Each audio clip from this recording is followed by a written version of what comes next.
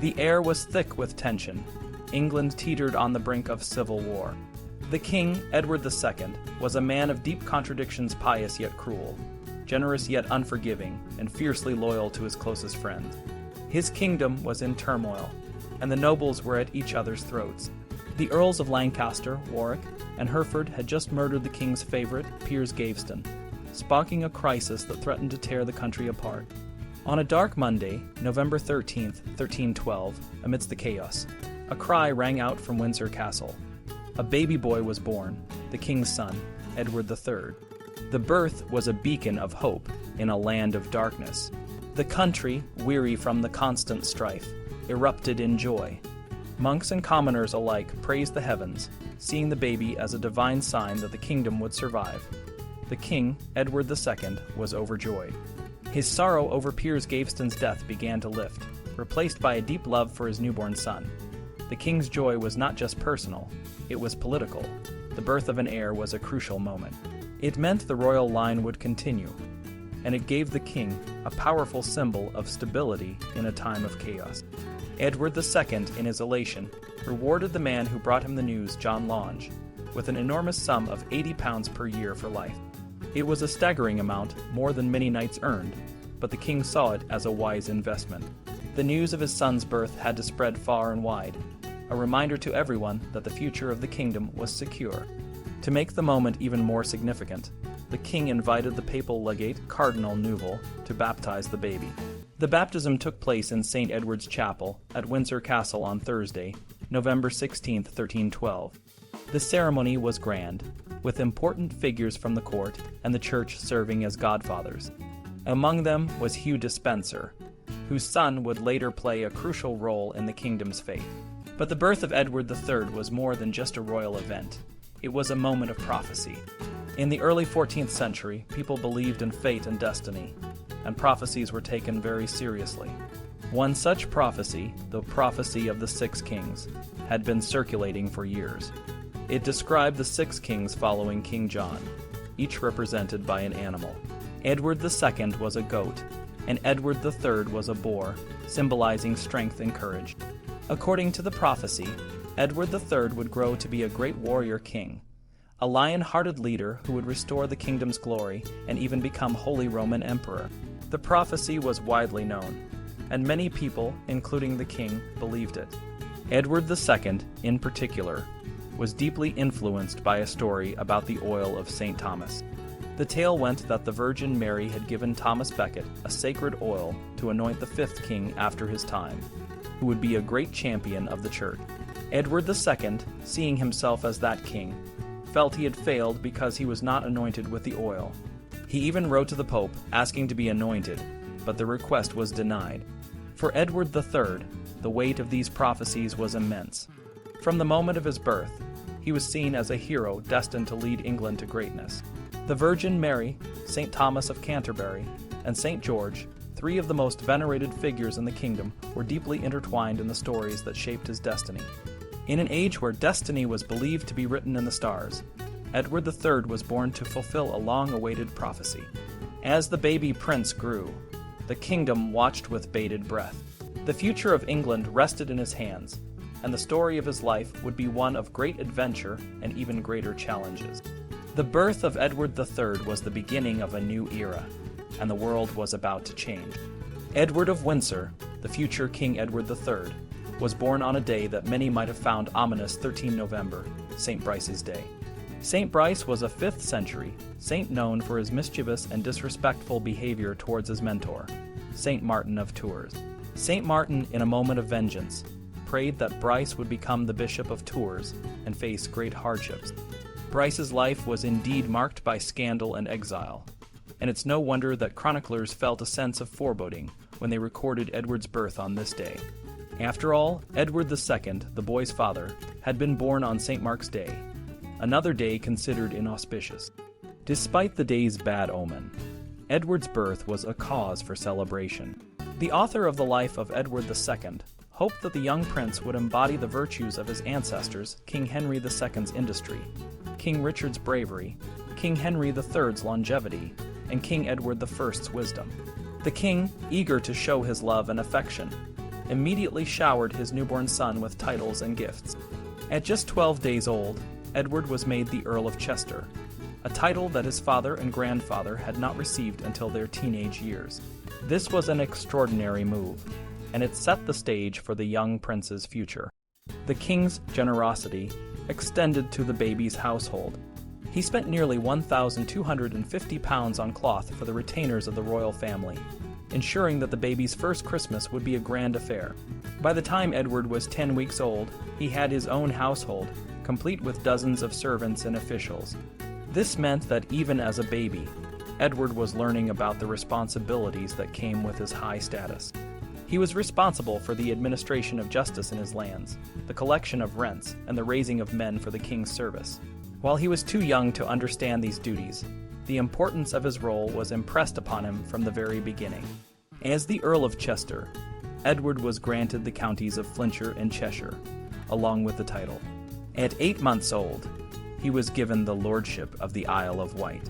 By the time he was 4, he received a substantial income from the exchequer, and at 5, he was granted an additional £666 13s 8d per year from the tin revenues of Cornwall. Edward was well provided for, though he was not the richest earl in the kingdom. That title belonged to his father's cousin, Thomas, Earl of Lancaster. Nevertheless, Edward's grants and titles gave him a sense of responsibility and importance from a very young age. Edward's mother, Queen Isabella, was a significant presence in his life. She was the only daughter of King Philip of France, and was known for her beauty and intelligence. At 16, she was 12 years younger than the king, and her connections to the royal houses of Europe were extensive. Her mother, Jean of Navarre, was the Countess Palatine of Champagne and Brie, and her grandmother was related to the Dukes of Brabant. Through her relatives, Isabella was connected to the royal families of Iberia, Flanders, and beyond. Her uncle, Louis Devereux, even suggested that Isabella name her firstborn son Louis, but the English nobles at the baptism refused. Isabella's character is often misunderstood. She is frequently remembered as the She-Wolf of France, a title that originally referred to Margaret of Anjou in Shakespeare's play. However, Isabella was a dutiful and highly religious woman who remained loyal to her husband even when he spurned her. She played a crucial role in negotiating peace with France and in domestic affairs. She was known for her clemency, piety, and intelligence. For example, she once gave food and clothes to a young Scottish orphan, and later paid for his education in London. She also collected books, especially chivalric tales, and had a vast library. Among the people who cared for Edward in his early years, his nurse, Margaret, was particularly important. Margaret was from Daventry in Northamptonshire, and was married to Stephen Chandler. She became a constant presence in Edward's life, and he remained devoted to her throughout his reign. When Edward was 2 months old, Margaret took him from Windsor to Bray and then to Bisham, where he lived for a year. His father visited him several times, and his mother stayed for 4 days in early May. The young prince also spent time with his step-grandmother, Queen Margaret, and his nurse took him to visit his parents at court. In April 1314, Edward was moved to Ludgershall in Wiltshire, an old castle that needed repair. The king ordered that the shingle roofs of the prince's dwellings be mended, and he provided a large amount of wine for the prince's household. By July, Edward and his nurse had taken up residence at Wallingford Castle, a place with a significant history. It had been the chief residence of Piers Gaveston, the king's former favorite, and it was fitting that Edward, now the king's symbol of independence, should live there. The officers who administered Edward's household were also important figures in his early life. The most significant was Sir Robert Molly, his steward, who served him from 1314 until at least 1320. Molly controlled the household and ensured that all duties were carried out. The treasurer, or keeper of the wardrobe, was responsible for Edward's income and expenses. Hugh of Leominster, a royal clerk, held this position from the beginning until at least 1316. He had served Edward I and could tell the young prince stories about his grandfather's conquest. In August 1316, Edward's brother, John of Eltham, was born. While the king was happy, the birth was not celebrated with the same enthusiasm as Edward's. The king requested prayers for the royal family, particularly for John. When their younger sister, Eleanor of Woodstock, was born in June 1318, it was proposed that all three children live together.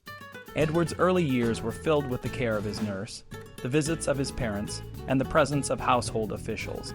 He was learning the responsibilities of his high status from a very young age, and these early experiences would shape the man he would become. By April 1318, Edward's household had seen some big changes. King Edward II, Edward's father, appointed Sir Richard Damry to be Edward's guardian. Sir Richard had a lot of responsibility. He was in charge of Edward's daily life and all his lands. To help with his job, Damry asked for two famous lawyers, Geoffrey Le Scrope and John Stonner, to assist him. He also wanted Nicholas Hugate to manage Edward's money and wardrobe. The king agreed to all of these requests. Sir Richard Damry wasn't just a strict guardian. He was also a well-connected man. His brother, Roger Damry, was a favorite of the king. In 1317, the king even arranged for Roger to marry the king's niece, Elizabeth, one of the co-heirs of the late Earl of Gloucester. This marriage made Roger part of the royal family and boosted Sir Richard's standing with the king. Sir Richard had a long and successful career, working for the Earl of Hereford, the king's brother-in-law, and later as a royal official. He was a trusted and experienced man, known for his leadership and connections with important lords like the Earl of Hereford and the royal family. Under Sir Richard's watch, Edward began to learn the skills he would need to become a military leader. He might have been given a wooden sword to practice with, a small step in his long journey to becoming a knight. In late 1318, Edward's household became even more crowded. His 2-year-old brother, John, and baby sister, Eleanor, joined him. They stayed together for almost 2 years. But in June 1320, John and Eleanor were sent to live with their mother, Queen Isabella, at High Peak. Edward, however, stayed with his father. In August 1320, the king did something unusual. He called his young son, Edward, to attend Parliament. At just 7 years old, Edward was too young to understand or influence the discussions, but his presence was a powerful symbol. The king wanted to show that his son, the heir, was part of the royal family, and that the family's right to rule was unchallenged. If the Parliament recognized Edward's right to be there, they would also have to recognize the king's right to rule, no matter what the barons thought of him. The timing of this summons was significant. Edward was now old enough to start learning about court life and the responsibilities of being a prince. More importantly, the king was about to face another conflict with the barons, and he needed to show his strength. Edward might not have understood the political reasons, but he was now part of the royal court and had a role to play. Edward's world was full of influential people. He knew his guardian, Sir Richard Damry, and his brother, Roger Damry, who was married to his cousin. He met Sir Hugh Audley the Younger, another cousin, and Lord Molly, whose brother was his steward. The Earl of Hereford, married to his aunt, was a regular visitor. Edward also knew Sir Roger Mortimer, a distant relative who had helped re-establish English rule in Ireland. His treasurer, Hugh of Leominster, and his justiciar, Sir Hugh Audley the Elder, were both connected to the Mortimer family. But by the autumn of 1320, these familiar faces were about to become his father's enemies. Hugh Despenser, a man the king trusted with a lot of power, was causing trouble. Despenser was greedy and used his influence to take land and power from other lords. This made men like the Earl of Hereford, Roger Mortimer, and Roger Damry angry. Despenser didn't care about family ties. He saw them as rivals. He even wanted revenge on Roger Mortimer for the death of his grandfather at the Battle of Evesham in 1265. When Mortimer and his uncle tried to buy the lordship of Gower, Despenser took it for himself, causing more conflict. The situation was serious. In 1321, the rebel lords forced the king to banish the Despensers, but the king was not satisfied and raised an army to take revenge. In January 1322, Roger Mortimer and the lords oddly surrendered to the king, but others, including the Earl of Lancaster, refused to back down. On March 16th, the Battle of Boroughbridge took place, and the king's forces, led by Sir Andrew Harclay, won. The Earl of Lancaster was captured and executed, and many other lords were killed or imprisoned. The king's orders were brutal. He had lords and knights hanged all over the country, and their bodies were left hanging for years. Edward, now 8 years old, must have been shocked by these events. He knew many of the men who were killed or imprisoned. His guardian, Sir Richard Damry, was mortally wounded in the battle, and the Earl of Hereford was killed in a brutal manner. King's actions were so harsh that even his own cousin, the Earl of Lancaster, was beheaded. Edward was summoned to Parliament after the battle, where his father asserted his new authority. The king ordered all actions against the Despensers to be cancelled, and many of the rebels' wives were arrested. The king's opponents were either dead or in prison, and he felt confident enough to plan a new campaign in Scotland. The Battle of Boroughbridge changed everything. The king and Despenser were in control, and Edward's household reflected this. New people, loyal to Despenser, took over key positions. Nicholas Hugate was replaced by William Cusins, a Burgundian, and John Clairon, another Burgundian, became Edward's new steward. Despenser's men were now in charge of Edward's education and daily life. Edward didn't dislike these new people, but he couldn't ignore the growing resentment against Despenser. Edward's mother, Queen Isabella, hated Hugh Despenser. She blamed him for the failure of the Scottish campaign and for personal insults and abuses. Isabella's influence was waning as Despenser's grew. In 1323, Isabella spent time in London and saw her children, but the king's treatment of her was harsh. Her income was reduced, her French staff was arrested, and her children were taken from her care. Despite these tough times, Isabella found some comfort in her son Edward, now 12 years old. Edward was growing up fast in a world full of conflict and change. He was learning to navigate the complex political landscape and the shifting alliances around him. The events of 1322 and 1323 would shape his understanding of power, loyalty, and the dangers of favoritism. Edward, the young prince, was a symbol of his father's royal legitimacy, but as the Lange arrest suggested, this value was fading. King Edward II had beaten the lords who wanted a more constitutional government, and the prince was still highly regarded by his father. Edward was often ordered to attend important meetings and join military campaigns, just like the other earls. However, the king's most significant plan for his son was to find him a royal marriage to secure an international alliance. The first attempt to find a bride for Edward was in 1318. King Edward II reached out to William, Count of Hainault, to arrange a marriage with his daughter, Margaret. The idea was to secure peace and strengthen ties with Hainault. An embassy was sent, led by the Bishop of Exeter, the Earl of Hereford, and a lawyer named John Walwayn. They returned with a positive response, but negotiations stalled due to ongoing piracy issues. By 1321, the king was frustrated and wrote to Count William, asking for a decision. Meanwhile, other countries, like Aragon, also showed interest in marrying their princesses to Edward. In 1323, Charles de Valois, the uncle of Queen Isabella, proposed that his daughter marry Edward. The king preferred an alliance with Aragon and sent an embassy to discuss the marriage. However, by 1325, nothing had come of it. Then Castile expressed interest in a double marriage. Edward would marry Eleanor, the daughter of King Alfonso of Castile, and Alfonso would marry Edward's sister Eleanor. The king sent another embassy to discuss this proposal. Edward's life was not just about marriage negotiations. His father also took charge of his education. In July 1324, it seems that Richard Barry was appointed as Edward's tutor, though there is no official record of this. Barry was known for his extensive library and was a royal clerk. He might have taught Edward to read and write, but more importantly, he influenced the prince's thinking. Barry was passionate about books and knowledge, and he shared stories of great leaders like Alexander the Great and Julius Caesar. These stories likely captured Edward's imagination and helped shape his understanding of his future responsibilities as king.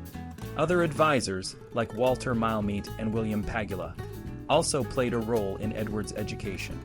Mailmeet wrote a book called On the Nobility, Wisdom, and Prudence of Kings, which emphasized the importance of justice, prudence, and mercy. Pagula's The Mirror of Edward III advised the prince to care for his subjects and avoid civil war. Both works aimed to prepare Edward for his role as a good king. The War of St. Sardos, a conflict over the rights of the Abbot of Sarlat, had significant consequences for Edward. The French King Charles demanded that Edward II do homage for the Duchy of Aquitaine. Edward II unwilling to leave the country and risk losing his favorite, Hugh Despenser, decided to send his son instead. This was a risky move because if Edward went to France, he could be held hostage by his mother, Queen Isabella, or betrothed to a foreign ruler. However, if the king himself went, he would have to leave Despenser behind, which was equally dangerous. In January 1325, Queen Isabella was sent to negotiate with King Charles. Despite the tensions, she did her best to secure a favorable deal. On 31 May 1325, the terms were finalized, and it was agreed that Edward the Prince would go to France to do homage for Aquitaine. This decision would have a profound impact on the young prince's life and the future of the English monarchy. As the young Edward sailed away from England, he could hardly imagine the storm of events that would soon engulf him. His father, King Edward II, had sent him to France to perform homage for the lands the English king held in France. But things took a dramatic turn when his mother, Queen Isabella, refused to return to England. Instead, she declared her intention to stay in France, accusing her husband of favoring Hugh Despenser over her and the royal family. The Queen's stance shocked everyone, especially the Bishop of Exeter, Walter Stapleton, who had been appointed to guard Edward. Stapleton was so outraged that he demanded Isabella return to England, but King Charles of France, her brother, refused to force her. Feeling threatened, Stapleton fled back to England, leaving Edward in a precarious position. Meanwhile, Roger Mortimer, a powerful nobleman who had been exiled by King Edward II, returned to France. Mortimer and Isabella quickly formed an alliance, and their eyes turned to the young Edward. They saw him as a key to reclaiming the English throne from the king and Despenser. Edward, though young, was intelligent and forceful, and he seemed to understand the gravity of the situation. Despite his father's pleas, Edward could not return to England, as his mother and Mortimer now held the reins of his fate. King Edward II, realizing his mistake, became increasingly desperate. He wrote multiple letters to Isabella, his son, and even King Charles, begging for Edward's return, but his efforts were in vain. The king's letters were filled with frustration and pain, as he accused Isabella of treason and Mortimer of being a traitor and a malefactor. He even indirectly accused Isabella of adultery, a charge that would have deeply affected young Edward, who was torn between his loyalty to his father and his love for his mother.